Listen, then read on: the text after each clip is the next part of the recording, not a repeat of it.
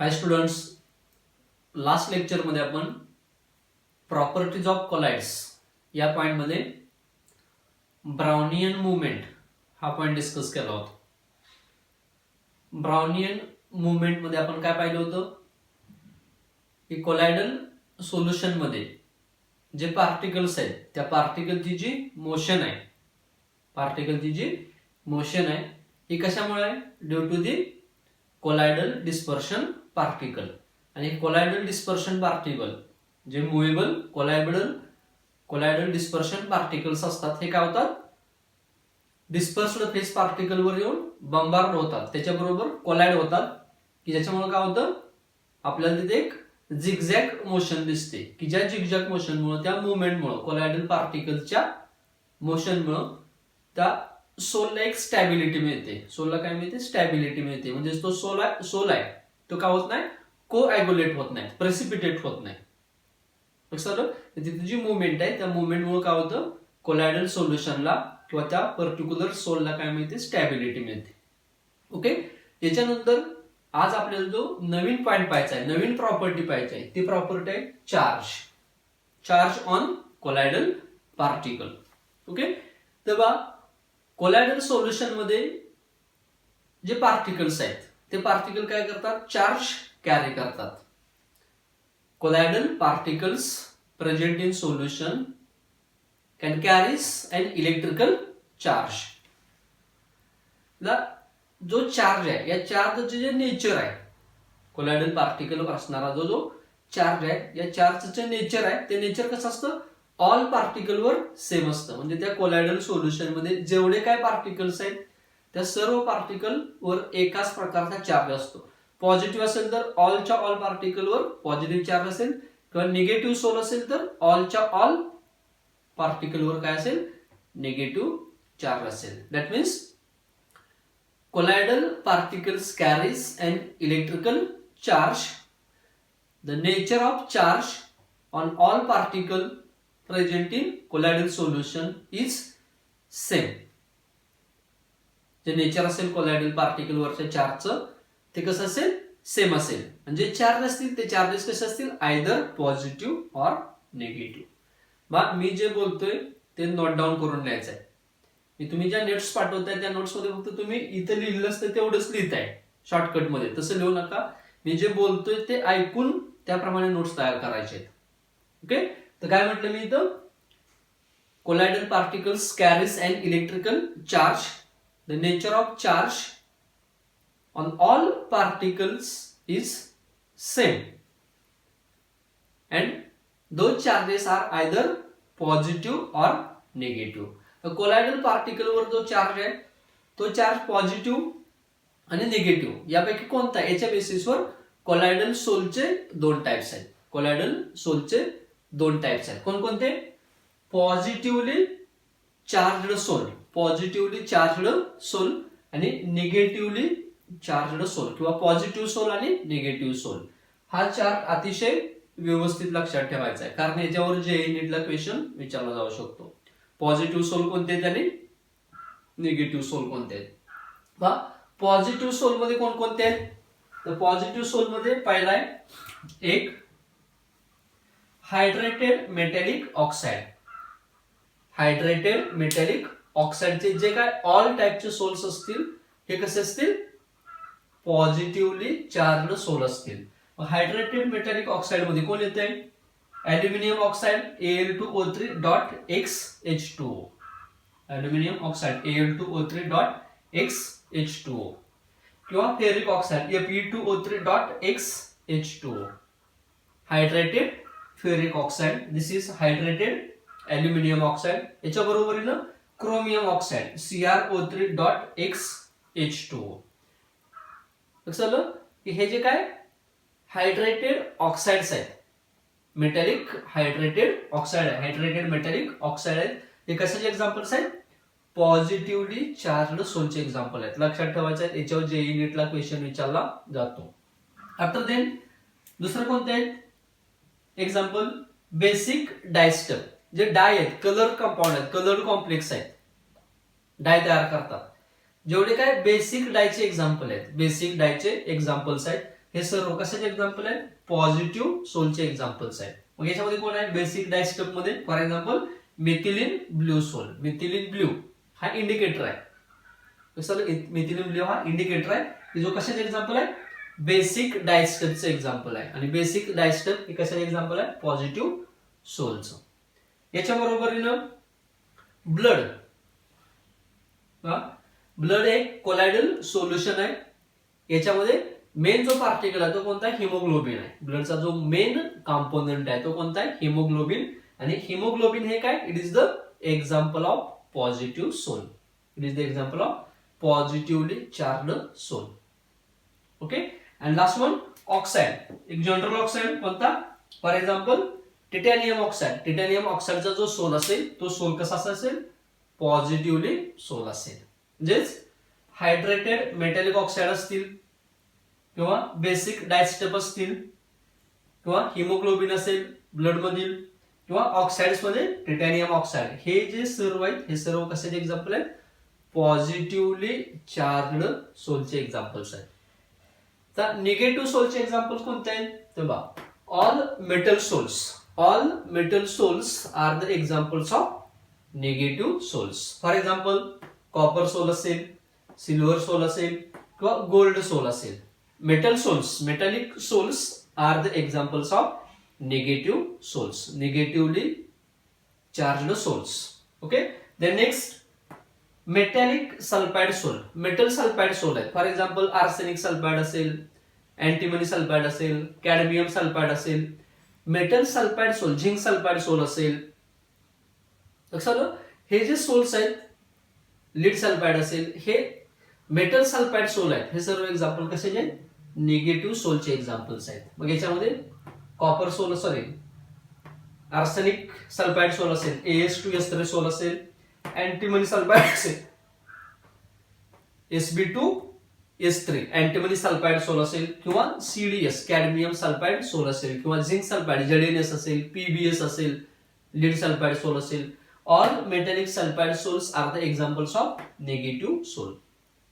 Then next one, acid diester. इकडे काय म्हटलं आपण, बेसिक डायस्टफ. बेसिक डायस्टफ कशाचे एक्झाम्पल आहे, पॉझिटिव्ह सोलचं. मग ऍसिडिक डायस्टफ हे कशाचे एक्झाम्पल असेल, निगेटिव्ह सोलचं असेल.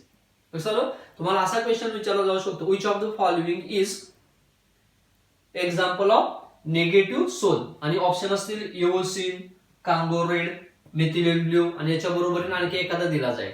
तर लक्षात ठेवा, जे ऍसिडिक डायस्टफ आहेत, ऍसिडिक डायस्टफ आहेत हे कशाचे एक्झाम्पल आहेत, निगेटिव्ह सोलचे. आणि बेसिक डायस्टफ हे कशाचे एक्झाम्पल आहेत, बेसिक डायस्टफ हे कशाचे एक्झाम्पल आहेत, पॉझिटिव्ह सोलचे एक्झाम्पल आहेत. तर ऍसिडिक डायस्टफ हे निगेटिव्ह सोलचे एक्झाम्पल आहे. आणि याच्यामध्ये एक्झाम्पल कोण आहे, इओसिन. ऍसिडिक डायस्टफ कोणता, इओसिन असेल किंवा कांगो रेड असेल. हे कांगो रेड सुद्धा कशाचे एक्झाम्पल आहे, निगेटिव्ह सोलचे एक्झाम्पल आहे. याच्याबरोबर सोल्स ऑफ स्टार्च. स्टार्चचा सोल असेल, फॉर एक्झाम्पल आपण पाणी घेतलं आणि त्याच्यामध्ये स्टार्च ऍड केलं आणि त्याच्यापासून सोल तयार केलं, हा स्टार्च सोल कशाचा असेल, निगेटिव्ह सोलचे एक्झाम्पल आहे. किंवा गम असेल, जो आपण चिपकवण्यासाठी युज करतो, ते गम सोल असेल. गम सोल हे कशाचे एक्झाम्पल आहे, निगेटिव्ह सोल आहे. याच्याबरोबर जिलेटिन, स्फोटकामध्ये वगैरे वापरलं जातं, जिलेटिन असेल. जिलेटिन सुद्धा निगेटिव्ह सोलचे एक्झाम्पल आहे. याच्याबरोबर क्ले आणि चारकोल. क्ले असेल, चारकोल, क्ले सोल असेल, चारकोल सोल असेल, जिलेटिन, स्टार्च, गम यांचे जे सोल्स आहेत हे ऑल सोल्स कशाचे एक्झाम्पल आहेत, निगेटिव्ह सोलचे एक्झाम्पल आहेत. तर पॉझिटिव्ह सोल आणि निगेटिव्ह सोल हे व्यवस्थित लिहून काढायचं आहे, अगदी व्यवस्थित डोक्यात ठेवायचं आहे. कारण याच्यावर जे येईल क्वेश्चन असू शकतो, नीटला क्वेश्चन असू शकतो. ओके. तर याप्रमाणे चार्ज मध्ये दोन चार्जड सोल आहेत, एक पॉझिटिव्हली चार्जड सोल आणि निगेटिव्हली चार्जड सोल. ओके. आता पर्टिक्युलर कोलायडल पार्टिकल वर जो चार्ज असतो तो चार्ज असण्यामागे काय रिझन असतात, चार्ज जो असतो कोलायडल पार्टिकल वर तो कशामुळे असतो, ड्यू टू. तर एक electron capture by sol particles. जो चार्ज असेल तो चार्ज असण्यामागे जे रिझन आहे त्यातलं रिझन काय, पहिलं electron capture by sol particles during electro dispersion of metal. Electron captures by soul particles during the process of electro dispersion of metal. मेटलचं electron dispersion होत असताना जे काय कोलायडल पार्टिकल्स आहेत, सोल पार्टिकल्स आहेत, हे काय करतात, इलेक्ट्रॉन कॅप्चर करतात. त्यामुळे त्या कोलायडल पार्टिकलवर चार्ज तयार होतो. किंवा selective or preferential absorption of ions from solution. Solution मध्ये जे आयन्स आहेत या आयनचं काय होतं, सिलेक्टिव्ह किंवा प्रेफरन्शियल ऍब्सॉर्प्शन होतं. याच्यामुळे त्या कोलायडल सोल्युशनवर किंवा पार्टिकलवर चार्ज तयार होतो. तो कसा होतो ते आपल्याला पुढे पाहायचं आहे. आणि लास्ट वन आहे formation of electrical double layer. किंवा सोल्युशन मध्ये, कोलायडल सोल्युशन मध्ये जर इलेक्ट्रिकल डबल लेअर तयार होत असेल, इलेक्ट्रिकल डबल लेअर तयार होत असेल, हेल्महोल्ट्ज डबल लेअर असं म्हटलं जातं. हेल्महोल्ट्ज डबल लेअर असं म्हटलं जातं. जर इलेक्ट्रिकल डबल लेअर तयार होत असेल तर त्याच्यामुळे तो कोलायडल सोल्युशनवर काय होतो, चार्ज तयार होतो. कसं झालं, तर चार्ज काय आहे, चार्जच्या बेसिसवर सोलचे दोन टाइप्स आहेत, पॉझिटिव्हली चार्ज सोल आणि निगेटिव्हली चार्ज सोल.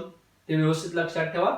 आणि कोलायडल पार्टिकलवर चार्ज का तयार होतो त्याची रिझन, एक electron capture by sol particles during electro dispersion of metals. Second, selective or preferential absorption of ions. आणि third, formulation of electrical double layer. Colloidal पार्टिकलवर चार्ज तयार होण्यामागं जी 3 रिझन आहेत, या 3 रिझन मधील सर्वात ऍक्सेप्टेबल जे रिझन आहे, जे अतिशय महत्वाचं आहे, ते रिझन आहे selective or preferential absorption of ions from solution. The selective किंवा preferential absorption of ions from solution, हा पॉइंट आपल्याला डिस्कस करायचा आहे किंवा तो एक्सप्लेन करायचा. कसा एक्सप्लेन करायचा आहे ते आपण पाहू. Selective or preferential absorption of ions, either positive ion or negative ion. Okay, तर फर्स्ट आपण इथं फर्स्ट पाहू याप्रमाणे.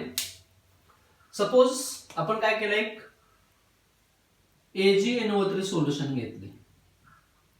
काय घेतलंय, AgNO3 सोल्युशन घेतलंय. आणि हे AgNO3 सोल्युशन काय केलंय, Ki सोल्युशन मध्ये ऍड केलं. AgNO3 सोल्युशन काय केलंय आपण, Ki सोल्युशन मध्ये ऍड केलंय. जो Ki कसा आहे, एक्सेस आहे. That means AgNO3 solution is added to the excess of Ki solution.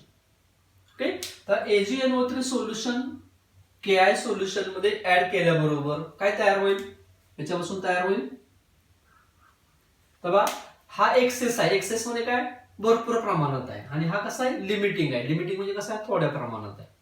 त्यामुळे जसं आपण AgNO3 Ki सोल्युशन मध्ये ऍड करू तसं आपल्याला काय होईल, हा AgI चा प्रिसिपिटेट तयार झालेला बघायला मिळेल. तयार होईल AgI चा प्रिसिपिटेट, याच्यातला Ag आणि याच्यातला I. ओके, जोपर्यंत AgNO3 आहे तोपर्यंत काय होणार आहे, AgI तयार होणार आहे. एक वेळ अशी येणार आहे की हा AgNO3 काय होणार आहे, संपून जाणार आहे. का संपून जाणार आहे, कारण हा लिमिटेड आहे. मात्र हा कसा आहे, एक्सेस आहे. कसं तयार काय झाला, AgI, आणि दुसरा काय तयार झाला, KNO3 प्लस KNO3. पण हा जो KNO3 आहे हा काय, सॉल्ट आहे आणि हा स्ट्रॉंग इलेक्ट्रोलाइट आहे. त्यामुळे हा जो KNO3 आहे तो KNO3 कसा असतो, K प्लस आणि NO3 मायनसच्या फॉर्म मध्ये असतो. कोणत्या फॉर्म मध्ये असतो, K प्लस आणि NO3 मायनसच्या फॉर्म मध्ये असतो. जसं AgNO3 सोल्युशन जर आपण एक्सेस ऑफ Ki सोल्युशन मध्ये ऍड केलं तर काय तयार होईल, AgI चा प्रिसिपिटेट तयार होईल. आपण PPT म्हणून याला, प्रिसिपिटेट तयार होईल. आणि बरोबरीने साइड प्रोडक्ट काय तयार होईल, KNO3 तयार होईल, आयनिक सॉल्ट तयार होईल, की जो आयनच्या फॉर्म मध्ये असणार आहे, K प्लस आणि NO3 मायनसच्या फॉर्म मध्ये. ओके, येस, याप्रमाणे आपण एक काय हे Ki सोल्युशन आहे, याच्यामध्ये आपण काय केला, AgNO3 ऍड केला की ज्याच्यामुळे काय तयार झाला, पीपीटी तयार झाला. हा कशाचा पीपीटी तयार झाला, सपोज हा पीपीटी तयार झाला. कशाचा पीपीटी तयार झाला, AGI चा पीपीटी तयार झाला. आणि बरोबरीने सोल्युशन मध्ये काय आणखी के प्लस आयन आहेत, के plus ion.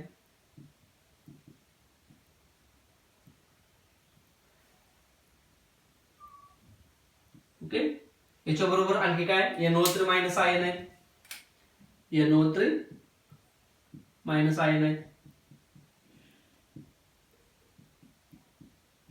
NO3 minus ion आहेत. Okay, AgNO3 solution excess of Ki मध्ये ऍड केल्यानंतर तयार काय झाला, प्रेसिपिटेट ऑफ AgI.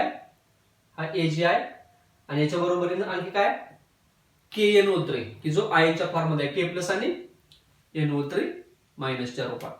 तर याच्या बरोबरीने सोल्युशन मध्ये आणखी कोण आहे, आणखी कोण आहे तर बघा याच्यातला Ag आणि I, AgI आणि यातला NO3 आणि यातला K, याच्यापासून KNO3.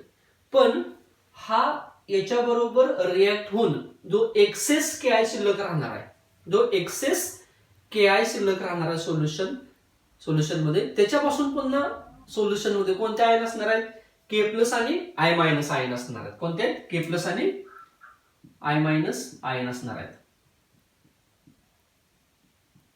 ओके, कोणते आयन असणार आहेत, K प्लस आणि I मायनस आयन असणार आहेत. ज्यावेळेस रिएक्शन कंप्लीट होईल, ज्यावेळेस रिएक्शन कंप्लीट होईल त्यावेळेस रिएक्शन मध्ये कोण कोण असणार आहे, AgNO3 Ki बरोबर रिएक्ट झाल्यानंतर तयार काय होईल, AgI प्लस K प्लस इथं आयनच्या रूपात लिहितो. सोल्युशन मध्ये आणखी काय काय असणार आहे शिल्लक, काय असेल, K plus plus NO3 minus आणि हा जो एक्सेस Ki आहे जो शिल्लक राहिलेला आहे रिएक्ट होऊन याच्यामधला K प्लस आणि बरोबरीने आणखी काय असणार आहे I मायनस. ओके, आता इथं अतिशय महत्वाची गोष्ट आहे, इथं कोणती महत्वाची गोष्ट आहे बघा, AgNO3 एक्सेस ऑफ Ki मध्ये ऍड केल्यानंतर हा पीपीटी तयार झाला. कशाचा पीपीटी तयार झाला, हा AgI चा पीपीटी तयार झाला.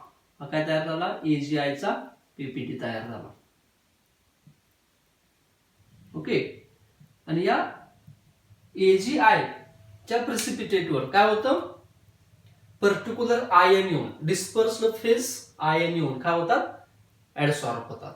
तर यापैकी कोणते आयन, हा तर तयार झाला, पण याच्यावर येऊन जे आयन ऍडसॉर्ब होणार आहेत हे आयन कोणते ऍडसॉर्ब होणार, कोणते आयन ऍडसॉर्ब होणार, either K plus NO3 minus और I मायनस. कोण होणार, K प्लस NO3 मायनस किंवा I मायनस यापैकी कोणीतरी येऊन या AgI च्या सरफेसवर काय होणार आहे, ऍडसॉर्ब होणार आहे. इथं आपण थोडा मोठा दाखवू, हा AgI आहे, हा याप्रमाणे काय AgI आहे आणि याच्या सरफेसवर येऊन ऍडसॉर्ब होणार आहे. कोण ऍडसॉर्ब होणार आहे, either K plus NO3 minus और I मायनस. तर या तिघापैकी नक्की कोण ऍडसॉर्ब होईल, तर कोण होईल, या तिघापैकी असा आयन ऍडसॉर्ब होईल की जो आयन AgI मध्ये कॉमन असणार आहे. या तिघापैकी कोण AgI च्या सरफेसवर ऍडसॉर्ब होईल, जो की ज्याच्याकडे AgI मधील कॉमन आयन आहे. बघा K प्लस AgI मध्ये आहे का, नाही, त्यामुळे K प्लस AgI वर ऍडसॉर्ब होणार नाही. NO3 मायनस AgI मध्ये आहे का, नाही, त्यामुळे NO3 मायनस AgI वर ऍडसॉर्ब होणार नाही. I मायनस AgI मध्ये आहे का, आहे, आणि म्हणून I मायनस आयन काय होतील, ऍडसॉर्ब होतील. कुठे ऍडसॉर्ब होतील, on the surface of AgI. म्हणजेच याच्यावर ऍडसॉर्प्शन, याच्यावर जे ऍडसॉर्प्शन होईल ते ऍडसॉर्प्शन कशाच होईल, कशाचं ऍडसॉर्प्शन होईल, I मायनस. कशाचं ऍडसॉर्प्शन होईल, I मायनस. याप्रमाणे हे I मायनस आयन काय होतील, ऍडसॉर्ब होतील. कुठे ऍडसॉर्ब होतील, AgI च्या सरफेसवर. ओके, आता बघा AgI च्या सरफेसवर जे आयन ऍडसॉर्ब झाले, ऍडसॉर्ब झालेल्या आयनवर कोणता चार्ज आहे? ऍडसॉर्ब झालेल्या आयनवर कोणता चार्ज आहे? पॉझिटिव्ह चार्ज आहे का निगेटिव्ह चार्ज आहे? कोणता चार्ज आहे? आय मायनस आयनवर निगेटिव्ह चार्ज आहे. कोणता चार्ज आहे? निगेटिव्ह चार्ज आहे. म्हणून याला म्हणायचं निगेटिव्ह सोल. याला काय म्हणायचं? Negative soul. निगेटिव्ह सोल कोणता असेल? AgI oblique I minus. कोणता? AgI oblique I minus. हा काय असेल? निगेटिव्ह सोल असेल. कसं? निगेटिव्हली चार्ज सोल असेल. ज्याच्यामध्ये काय झालं? AgNO3 solution excess of KI solution मध्ये ऍड केलं. यापैकी जो लिमिटिंग कॉम्पोनंट होता AgNO3 हा KI बरोबर रिएक्ट झाला आणि AgI तयार झाला. जो एक्सेस KI शिल्लक झाला राहिला त्यामधील K plus ion, I minus ion आणि तयार झालेला KNO3 जे K प्लस आणि NO3 मायनस आयन असे टोटल सोल्युशन मध्ये रिएक्शन कंप्लीट झाल्यानंतर टोटल सोल्युशन मध्ये कोण कोण मिळालं? प्रेसिपिटेट ऑफ AgI याच्या बरोबरीनं K plus ion, NO3 minus ion, those are from KNO3 and I minus ion and also K plus ion from excess of KI. Okay. Precipitate कोणाचा तयार झाला? AgI चा. आणि AgI चा जो प्रेसिपिटेट तयार झाला त्या प्रेसिपिटेटवर सिलेक्टिव्ह ऍडसॉर्प्शन किंवा प्रेफरन्शियल ऍडसॉर्प्शन कोणाचं झालं? K प्लस झालं का? नाही. NO3 मायनस झालं का? नाही. पर्टिक्युलर कॉम्पोनंटचं झालं. कोणता पर्टिक्युलर कॉम्पोनंट किंवा प्रेफरन्शियल कॉम्पोनंटचं झालं? सिलेक्टिव्ह कॉम्पोनंटचं ऍडसॉर्प्शन झालं. तो सिलेक्टिव्ह कॉम्पोनंट कोणता होता? I minus. Because this I minus is common with AgI. कसं? इथं जे ऍडसॉर्प्शन झालं हे सिलेक्टिव्ह कॉम्पोनंटचं झालं, प्रेफरन्शियल कॉम्पोनंटचं झालं. म्हणून या ऍडसॉर्प्शनला सिलेक्टिव्ह और प्रेफरन्शियल ऍडसॉर्प्शन म्हणायचं. कसं? कोलायडल पार्टिकल वर इथं चार्ज तयार झाला. कोणता चार्ज तयार झाला? निगेटिव्ह चार्ज तयार झाला. निगेटिव्ह सोल झाला. निगेटिव्ह सोल जो झाला, निगेटिव्हली चार्ज सोल झाला, हा कशामुळे झाला? ड्यू टू दी प्रेफरन्शियल और selective adsorption of ions from solution. Solution मध्ये खूप सारे आयन होते. K प्लस होते, NO3 मायनस होते, I मायनस होते. पण त्यातून सिलेक्टिव्ह आयनचंच ऍडसॉर्प्शन झालं. पण याला म्हणायचं प्रेफरन्शियल और selective adsorption of ion from solution. कसं? आणि याप्रमाणे काय तयार झाला? हा निगेटिव्ह सोल तयार झाला. कोणता सोल तयार झाला? Negative sol. Negatively charged sol. AgI. Okay. Same तसंच अनदर एक्झाम्पल पाहू. आता इकडे एक्झाम्पल घेताना मी एक्झाम्पल कसं घेतोय? This is KI is added to the AgNO3. Example उलट घेतलं, इथे कन्फ्युजन होऊ द्यायचं नाही. AgNO3 KI मध्ये असेल, AgNO3 एक्सेस KI मध्ये असेल तर negative sol AgI oblique I minus. आणि KI जर एक्सेस AgNO3 मध्ये असेल म्हणजे एक्सेस कोण असणार आहे इथं? AgNO3.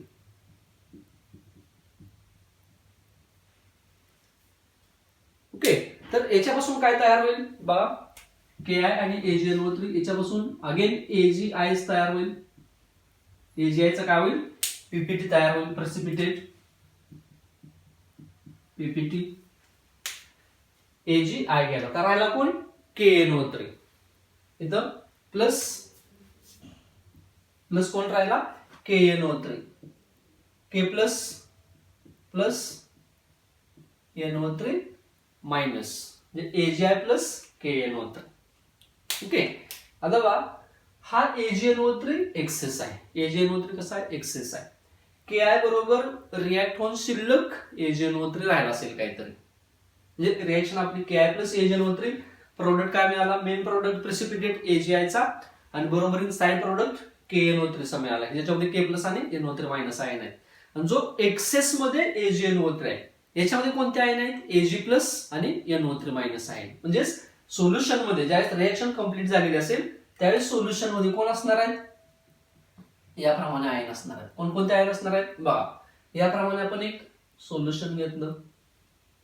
कोणतं सोल्युशन घेतलं, KI चं सोल्युशन घेतलं किंवा AgNO3 चं सोल्युशन घेतलं आणि या AgNO3 च्या सोल्युशन मध्ये काय केला, KI ऍड केला.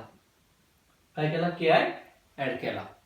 तर ऍड केल्याबरोबर काय होईल, पीपीटी तयार होईल. कोणाचा पीपीटी तयार होईल, हा पीपीटी तयार झाला. कोणाचा पीपीटी तयार झाला, AgI चा. आणि याच्या बरोबर सोल्युशन मध्ये कोण आहे, हे K+ आयन आहेत, बरोबर आहे. याच्या बरोबरीनं NO3 मायनस आयन आहेत, ते कुणापासून आलेले, KNO3 पासून. NO3 मायनस आयन आहेत,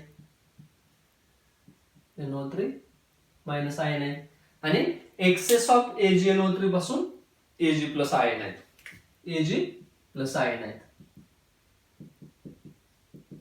Ag+ आयन आहेत. ओके. आता बा KI सोल्युशन जर एक्सेस ऑफ AgNO3 मध्ये ऍड केलं तर AgI तयार होतो. म्हणजे AgI चा काय होतो, पीपीटी तयार होतो. काय तयार होतो, हा AgI चा पीपीटी तयार होतो. आणि याच्या भोवती काय होतं, प्रेफरन्शियल आयनचं काय होतं, सिलेक्टिव्ह ऍडसॉर्प्शन होतं. मग या AgI भोवती कोणता आयन प्रेफर करेल की जो ऍडसॉर्ब होईल, कोणता आयन सिलेक्टिव्ह असेल की ज्याचं या AgI भोवती ऍडसॉर्प्शन होईल. कोणाच होईल, असा आयन, या तिघापैकी असा आयन AgI भोवती ऍडसॉर्ब होईल की जो AgI शी कॉमन असणार आहे. बघा K+ कॉमन आहे का, नाही. NO3 मायनस कॉमन आहे का, नाही. Ag+ कॉमन आहे का, आहे. म्हणून याच्यावर ऍडसॉर्ब कोण होईल, Ag+ होईल. याच्यावर ऍडसॉर्ब कोण होईल, Ag+ होईल.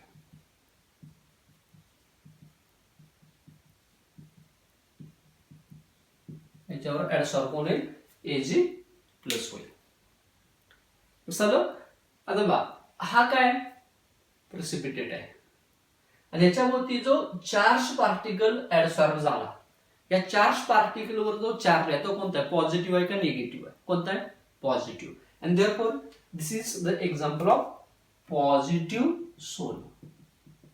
This is the example of positively charged soul. आणि हा सोल कोणता असेल, हा सोल याप्रमाणे असेल, AgI ऑब्लिक Ag+. समजलं, AgI oblique Ag+. This is selective adsorption of ions from solution. हे सोल्युशन आहे. सोल्युशन मध्ये कोणकोणते आयन आहेत, K+, NO3 मायनस, Ag+. यापैकी कोणते आयन प्रेफरन्शियली सिलेक्टिव्हली AgI च्या सरफेसवर ऍडसॉर्ब झाले, कोणते आयन, जे AgI शी कॉमन आहेत, कोण आहेत, Ag+. Therefore this whole process is called as selective adsorption or preferential adsorption of ions from solution. Okay. हे झालं एक रिझन, हे झालं एक रिझन की जे अतिशय महत्वाचं आहे. कशासाठी, formation of charge on colloidal particles. Okay. तर दुसरं जे रिझन आहे, दुसरं रिझन आपण काय सांगितलं होतं, formation of electrical double layer. काय म्हटलं होतं आपण, formation of electrical double layer. तर formation of electrical double layer कसं होतं बा. ओके. तर इथं जो आपला मेन कंपोनंट आहे, इथं जो आपला मेन कंपोनंट आहे, हा मेन कंपोनंट कोणता आहे, जो मेन कंपोनंट आहे, हा मेन कंपोनंट कोणता आहे, AgI. मेन कंपोनंट कोणता आहे, AgI. कोणता मेन कंपोनंट, AgI. किंवा आपण पुढे गोल मध्ये दाखवू, गोल मध्ये दाखवतो याप्रमाणे. दिस इज AgI. निगेटिव्ह सोल मधला आपला जो मेन प्रेसिपिटेट झालेला कोलाइड आहे तो कोणता आहे, AgI आहे. तर AgI कोलाइडच्या भोवती काय झालंय, I- चं सिलेक्टिव्ह ऍडसॉर्प्शन झालंय. या I- चं काय झालंय, I- चं काय झालंय, सिलेक्टिव्ह ऍडसॉर्प्शन झालंय. I- चं सिलेक्टिव्ह ऍडसॉर्प्शन. ओके, तर हा जो आय मायनस आहे हा काय झालाय, ऍडसॉर्ब झालाय. कशावर ऍडसॉर्ब झालाय, on the surface of AgI. This I minus ions are adsorbed on the surface of AgI. Yes, AgI न सॉरी I minus ion न AgI च्या सरफेसवर काय केली, एक फिक्स्ड लेअर तयार केली. काय केली, एक फिक्स्ड लेअर तयार केली. ओके, बघा हा AgI, AgI च्या सरफेसवर, या सरफेसवर हा जो सरफेस आहे AgI चा, हा जो सरफेस आहे AgI चा, या AgI च्या सरफेसवर ऍडसॉर्ब कोण झालं, I मायनस आयन ऍडसॉर्ब झाले. ऍडसॉर्ब कोण झाले, I मायनस. तर I मायनस आयन AgI च्या सरफेसवर ऍडसॉर्ब झाले. सोल्युशन मध्ये आणखी कोणते आयन्स आहेत, NO3 मायनस आयन आहेत, K प्लस आयन आहेत. I मायनस आयन तर काय झाले, AgI च्या सरफेसवर ऍडसॉर्ब झाले. I मायनस आयन AgI च्या सरफेसवर ऍडसॉर्ब झाले. मग सोल्युशन मध्ये आणखी कोणते आयन आहेत, एक आहे NO3 मायनस आयन आणि एक आहे K प्लस आयन. मग NO3 मायनस आयन आणि K प्लस आयन या दोन्ही आयन पैकी कोणता आयन I मायनस आयन बरोबर अट्रॅक्शन दाखवेल, कोणता दाखवेल, K प्लस दाखवेल का NO3 मायनस दाखवेल, K प्लस दाखवेल का NO3 मायनस दाखवेल. कारण K प्लस वर पॉझिटिव्ह चार्ज आहे, I बरोबर तो अट्रॅक्शन दाखवणार. K प्लस वर पॉझिटिव्ह चार्ज आहे, I मायनस बरोबर तो अट्रॅक्शन दाखवेल. NO3 मायनस वर निगेटिव्ह चार्ज आहे, जो I मायनस वर I मायनस बरोबर अट्रॅक्शन दाखवणार नाही. जे काय I मायनस आयन असतील हे काय करतील, सोल्युशन मधील K प्लस आयनला स्वतःच्या बाजूला काय करतील, ओढतील. सोल्युशन मधील K प्लस आयनला काय करतील, स्वतःच्या बाजूने खेचतील.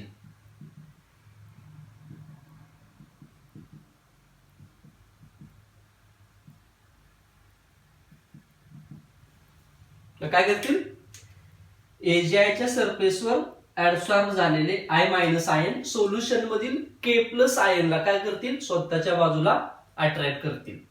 याच्यामध्ये एक बॉन्ड तयार होणार नाही, पण विक फोर्स ऑफ अट्रॅक्शन तयार होते, फक्त अट्रॅक्ट करतील, त्याच्याबरोबर फिक्स बॉन्ड तयार करणार नाहीत. म्हणजे हे I मायनस आणि हे K प्लस आयन याच्यामध्ये एक अट्रॅक्शन तयार होईल, पण बॉन्ड तयार होणार नाही. काय झालं, AgI च्या सरफेसवर I मायनस आयन ऍडसॉर्ब झाले आणि त्या I मायनस आयनने काय केलं, सोल्युशन मध्ये असलेला K प्लस आयन बरोबर अट्रॅक्शन तयार केलं, की ज्याच्यामुळे काय झालं, या AgI च्या सरफेसवर एक इलेक्ट्रिकल डबल लेअर तयार झाली. कोणती इलेक्ट्रिकल डबल लेअर, एक I मायनस ची निगेटिव्ह लेअर आणि एक K प्लस ची पॉझिटिव्ह लेअर. एक I मायनस ची निगेटिव्ह लेअर आणि एक K प्लस ची पॉझिटिव्ह लेअर. ओके, तेव्हा ही निगेटिव्ह लेअर आणि ही पॉझिटिव्ह लेअर. तर याप्रमाणे या लेअर्स असतील, ही पॉझिटिव्ह लेअर आणि ही निगेटिव्ह लेअर. इथं काय झाली, एक इलेक्ट्रिकल डबल लेअर तयार झाली. काय तयार झाली, electrical double layer. There is a formation of electrical double layer around the AgI. This electrical double layer is also called as Helmholtz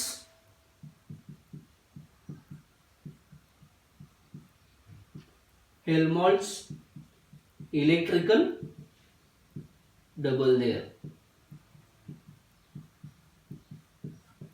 Helmholtz electrical double layer याला काय म्हटलं जातं, हेल्महोल्ट्ज इलेक्ट्रिकल डबल लेअर. कुठे तयार झाली, AgI च्या सरफेसवर I minus ion ऍडसॉर्ब झाले आणि त्या I मायनस आयनने सोल्युशन मधल्या K प्लस आयनला काय केलं, आपल्या बाजूला अट्रॅक्ट केलं. आणि याच्यामुळे काय झालं, या AgI च्या सरफेसवर एक इलेक्ट्रिकल डबल लेअर तयार झाली. या इलेक्ट्रिकल डबल लेअरला काय म्हटलं जातं, हेल्महोल्ट्ज इलेक्ट्रिकल डबल लेअर म्हटलं जातं. सिमिलरली तसंच याही बाजूला असेल, तसंच याही बाजूला काय असेल, इथं याप्रमाणे हे Ag प्लस आयन असतील, याप्रमाणे हे काय असतील, AgI कोलॅड असेल. ओके, आणि याच्या भोवती कोणते आयन ऍडसॉर्ब झालेले आहेत, Ag प्लस आयन ऍडसॉर्ब झालेले आहेत. याच्या भोवती याप्रमाणे Ag प्लस आयन काय झालेले असतील, ऍडसॉर्ब झालेले असतील.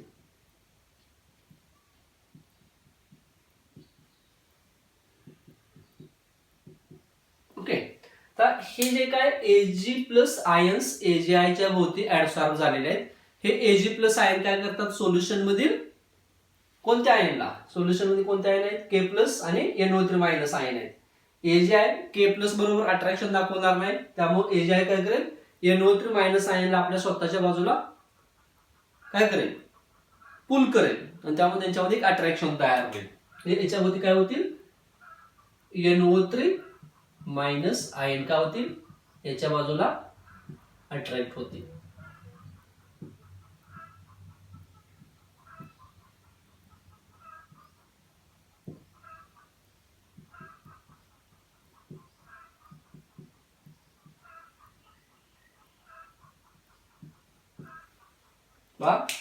AgI चा काय पीपीटी, याच्या सरफेसवर Ag प्लस आयनचं सिलेक्टिव्ह ऍडसॉर्प्शन, आणि हे Ag प्लस आयन काय करतील, NO3 मायनस आयनला आपल्या बाजूला काय करतील, पुल करतील, त्यांच्या बरोबर एक काय करतील, अट्रॅक्शन तयार करतील. बॉन्ड तयार करणार नाही, एक अट्रॅक्शन तयार करतील, आणि याच्यामुळे काय होईल, या AgI च्या सरफेसवर काय होईल, इलेक्ट्रिकल डबल लेअर तयार होईल. This is positive layer, this is negative layer, and this electrical double layer is also called as Helmholtz electrical double layer. तर या इलेक्ट्रिकल डबल लेअर मुळे, या इलेक्ट्रिकल डबल लेअर मुळे काय होतं, या AgI च्या सरफेसवर या पॉझिटिव्ह लेअर मुळे पॉझिटिव्ह इलेक्ट्रिकल पोटेन्शियल तयार होतं, पॉझिटिव्ह लेअरचं एक इलेक्ट्रिकल पोटेन्शियल तयार होतं, आणि निगेटिव्ह लेअरचं एक इलेक्ट्रिकल पोटेन्शियल तयार होतं. म्हणजे याप्रमाणे हा काय AgI, या AgI च्या भोवती काय तयार होते, ही Ag प्लस ची एक लेअर तयार होते, Ag प्लस ची एक लेअर तयार होते. ओके, आणि या Ag प्लस च्या लेअरच्या सभोवताली आणखी एक लेअर कशाची तयार होते, NO3 मायनस ची लेअर तयार होते, NO3 मायनस ची लेअर तयार होते. सिमिलरली तसंच इथेही काय होतं, याप्रमाणे हा AgI, या AgI च्या भोवती I मायनस ची एक लेअर तयार होते, I मायनस ची लेअर तयार होते, आणि ही I मायनस ची लेअर काय करते, K प्लस आयनला स्वतःच्या बाजूनं अट्रॅक्ट करते.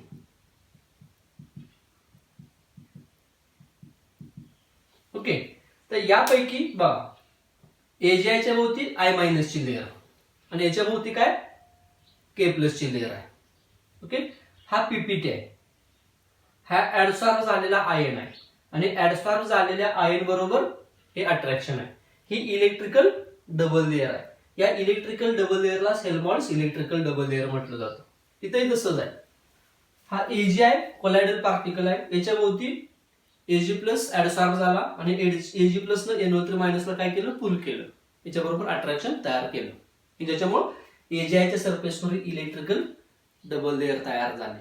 यापैकी जी ही लेअर आहे ऍडसॉर्ब झालेल्या सबस्टन्सची लेअर, याला म्हणायचं आहे फिक्स्ड लेअर. ही कोणती आहे, फिक्स्ड आहे. ही कोणती लेअर आहे, फिक्स्ड लेअर आहे. आणि जे पार्टिकल अट्रॅक्ट झाले, ही जी लेअर आहे याला डिफ्युज्ड लेअर म्हणायचं आहे. काय म्हणायचं आहे, डिफ्युज्ड लेअर आहे. डिफ्युज्ड लेअर पार्टिकल्स आहे, आणि हे कोणते, फिक्स्ड लेअर पार्टिकल्स. तसंच इथंही आहे. I मायनस हे काय असतील, फिक्स्ड लेअर पार्टिकल्स असतील, फिक्स्ड आयन असतील, आणि जी K प्लस ची जी काय लेअर असेल ती कोणती असेल, डिफ्युज्ड लेअर असेल. कोणती असेल, डिफ्युज्ड लेअर असेल.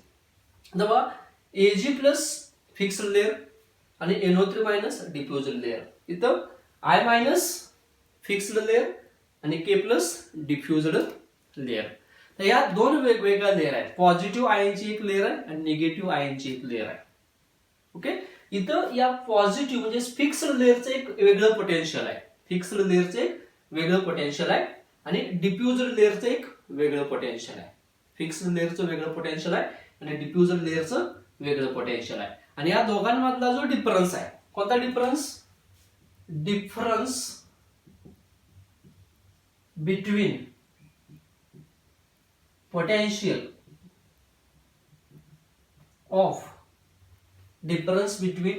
of fixed layer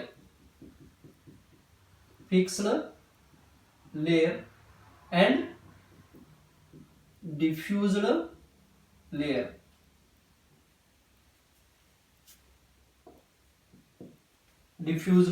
layer called as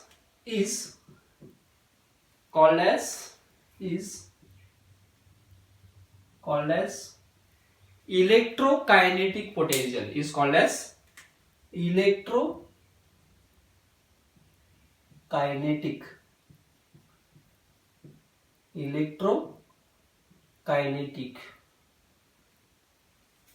or zeta potential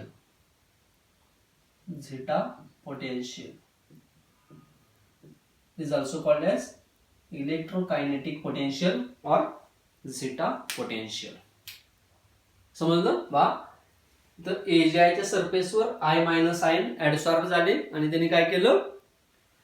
K plus आयनला आपल्याकडं अट्रॅक्ट केलं आणि याच्यामुळे एक इलेक्ट्रिकल डबल लेअर तयार झाली. या इलेक्ट्रिकल डबल लेअरलाच हेल्महोल्ट्ज इलेक्ट्रिकल डबल लेअर म्हणायचं.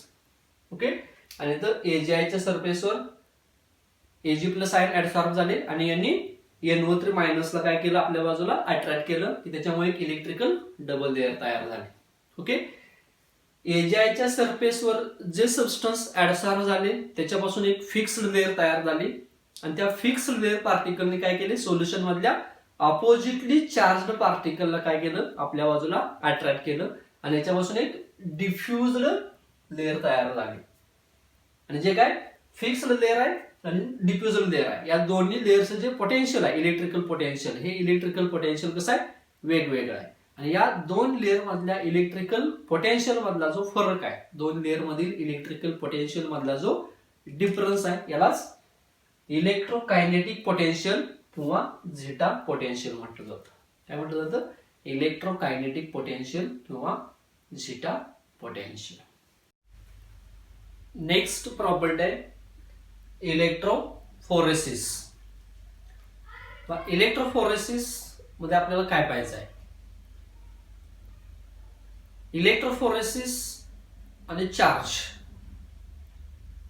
या दोन इलेक्ट्रिकल प्रॉपर्टीज आहेत. इलेक्ट्रिकल प्रॉपर्टीज मधील दोन कोणते आहेत? एक चार्ज आणि दुसरी इलेक्ट्रोफोरेसिस. पैकी आपण चार्ज ही प्रॉपर्टी पाहिलेली आहे. लास्ट प्रॉपर्टी मध्ये आपण पाहिलं की कोलायडल पार्टिकलवर चार्ज असतात, आयदर पॉझिटिव्ह चार्ज और निगेटिव्ह चार्ज. ओके, तेव्हा इलेक्ट्रोफोरेसिस नक्की काय आहे ते समजून घेण्याच्या अगोदर आपण थोडा कन्सेप्ट समजू.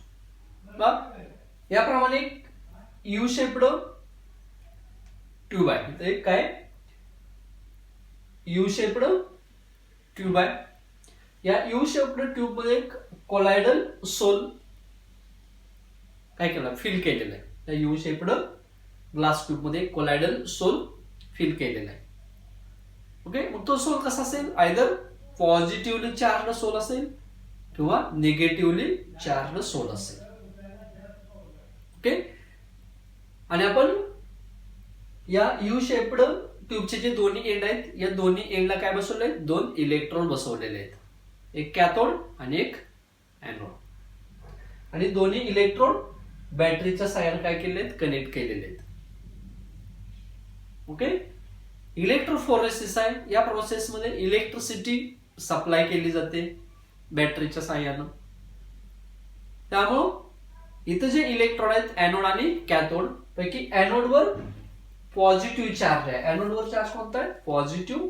आणि कॅथोडवर चार्ज कोणता आहे? निगेटिव्ह. कारण इलेक्ट्रोफोरेसिस ही इलेक्ट्रोलिसिस सारखी प्रोसेस आहे की ज्याच्यामुळं एनोडवर पॉझिटिव्ह चार्ज असतो आणि कॅथोडवर निगेटिव्ह चार्ज असतो. ओके, आता हे सोल्युशन आहे कोलायडल सोल्युशन. सपोज आपण ते निगेटिव्ह चार्ज सोल घेतले, म्हणजे याच्यामध्ये जे सोल पार्टिकल आहेत, कोलायडल पार्टिकल्स आहेत, ते कसे आहेत, निगेटिव्हली चार्ज आहेत.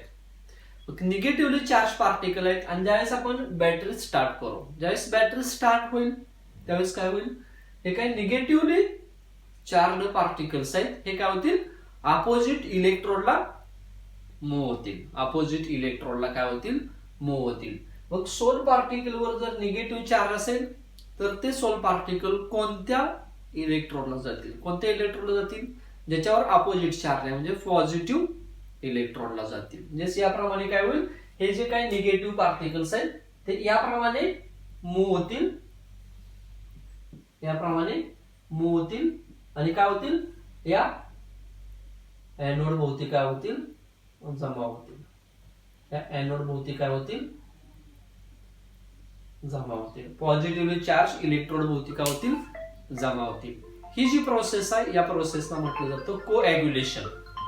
याला काय म्हटलं जातं, coagulation. What is mean by coagulation, जे काय अपोजिटली चार्ज पार्टिकल्स आहेत किंवा चार्ज पार्टिकल्स आहेत, हे चार्ज पार्टिकल काय होतात, मूव्ह होतात आणि एका पर्टिक्युलर अपोजिटली चार्ज इलेक्ट्रॉनला येऊन काय होतात, डिपॉझिट होतात. या प्रोसेसला काय म्हटलं जातं, कोॲग्युलेशन म्हटलं जातं. काय म्हटलं जातं, कोॲग्युलेशन म्हटलं जातं. ओके, इथं काय झालं, negatively charged particles moves towards opposite electrodes and deposit on it. ही जी प्रोसेस आहे या प्रोसेस मध्ये काय झालं, मुवमेंट ऑफ आयन्स. काय झाली, मुवमेंट ऑफ आयन्स. कशामुळं, under the influence of electric field. Under the influence of electric field there is a movement of ions and this process is called as electrophoresis. This process is called as electrophoresis. कसं, जे electrophoresis मध्ये जी movement झाली, electrophoresis मध्ये जी movement झाली, ही movement कोणाची झाली, dispersed phase पार्टिकल्सची झाली. म्हणजे पार्टिकल्सची निगेटिव्हली चार्ज पार्टिकल काय झाले, पॉझिटिव्ह इलेक्ट्रॉनला गेले, म्हणजे मुवमेंट कोणाची झाली, पार्टिकलची झाली, डिस्पर्स्ड फेज पार्टिकलची झाली. याला म्हणायचं आहे electrophoresis. Movement of colloidal particles, movement of colloidal particles under the influence of electric field is called as electrophoresis. Okay, तर सपोज आपण ही जी प्रोसेस आहे, ही जी मुवमेंट आहे आयनची, ही आयनची मुवमेंट थोड्या वेळासाठी स्टॉप केली. आयनची जी मुवमेंट आहे ही मुवमेंट आपण काय केली, स्टॉप केली. तर मुवमेंट जी आहे आयनची ती स्टॉप करण्यासाठी आपण काय केले, मेम्ब्रेन यूज केलं. कोणतं मेम्ब्रेन यूज केलं, suppose semi permeable membrane use केलं. आपण मागेच पाहिलेलं आहे की कोलायडल पार्टिकलचा साईज हा कसा असतो, लार्ज असतो. कोलायडल पार्टिकलचा साईज हा कसा असतो, लार्ज असतो, की ज्याच्यामुळं कोलायडल पार्टिकल सेमी परमेएबल मेम्ब्रेन मधून पास होत नाहीत. म्हणजे dispersed phase particle semi permeable membrane मधून पास होत नाहीत. सपोज आपण जर इथं सेमी परमेएबल मेम्ब्रेन काय केलं, प्लेस केलं, तर सेमी परमेएबल मेम्ब्रेन मधून काय होतील, कोलायडल पार्टिकल्स पास होणार नाहीत. मात्र सेमी परमेएबल मेम्ब्रेन मधून डिस्पर्शन मीडियम पार्टिकल म्हणजे सॉल्व्हंट पार्टिकल पास होतात. काय म्हणतोय मी, सेमी परमेएबल मेम्ब्रेन मधून डिस्पर्शन मीडियम पार्टिकल पास होतील, पण डिस्पर्स्ड फेज पार्टिकल पास होणार नाही. सेमी परमेएबल मेम्ब्रेन मधून जर डिस्पर्शन मीडियम पार्टिकल पास होत असतील तर याच प्रोसेसला इलेक्ट्रो ऑस्मॉसिस असं म्हटलं जातं. काय म्हटलं जातं, इलेक्ट्रो ऑस्मॉसिस. इलेक्ट्रो ऑस्मॉसिस म्हणजे काय, flow of dispersion medium particles, flow of dispersion medium particles through the semi permeable membrane under the influence of electric field. This process is called as electro osmosis. आणि electrophoresis कशाला म्हणायचं, flow of dispersed phase particles, flow of dispersed phase particles. Movement of dispersed phase particles under the influence of electric field. जर semi permeable membrane मधून dispersed phase particles pass होत असतील तर electrophoresis, आणि semi permeable membrane मधून dispersed phase particle pass होत नसतील तर काय पास होत असतील, डिस्पर्शन मीडियम पार्टिकल्स पास होत असतील तर त्याच प्रोसेसला काय म्हटलं जातं, इलेक्ट्रो ऑस्मोसिस म्हटलं जातं. झालं. मग इलेक्ट्रोफोरेसिस असेल किंवा चार्ज असेल, हे ज्या प्रॉपर्टीज आहेत कोलायडल पार्टिकलच्या, हे कोणत्या प्रॉपर्टीज आहेत, इलेक्ट्रिकल प्रॉपर्टीज आहेत. झालं. तर इलेक्ट्रोफोरेसिस कशाला म्हणायचं आणि इलेक्ट्रो ऑस्मोसिस कशाला म्हणायचं, लक्षात ठेवा. इलेक्ट्रोफोरेसिस मध्ये एनोडवर पॉझिटिव्ह चार्ज असतो आणि कॅथोडवर निगेटिव्ह चार्ज असतो.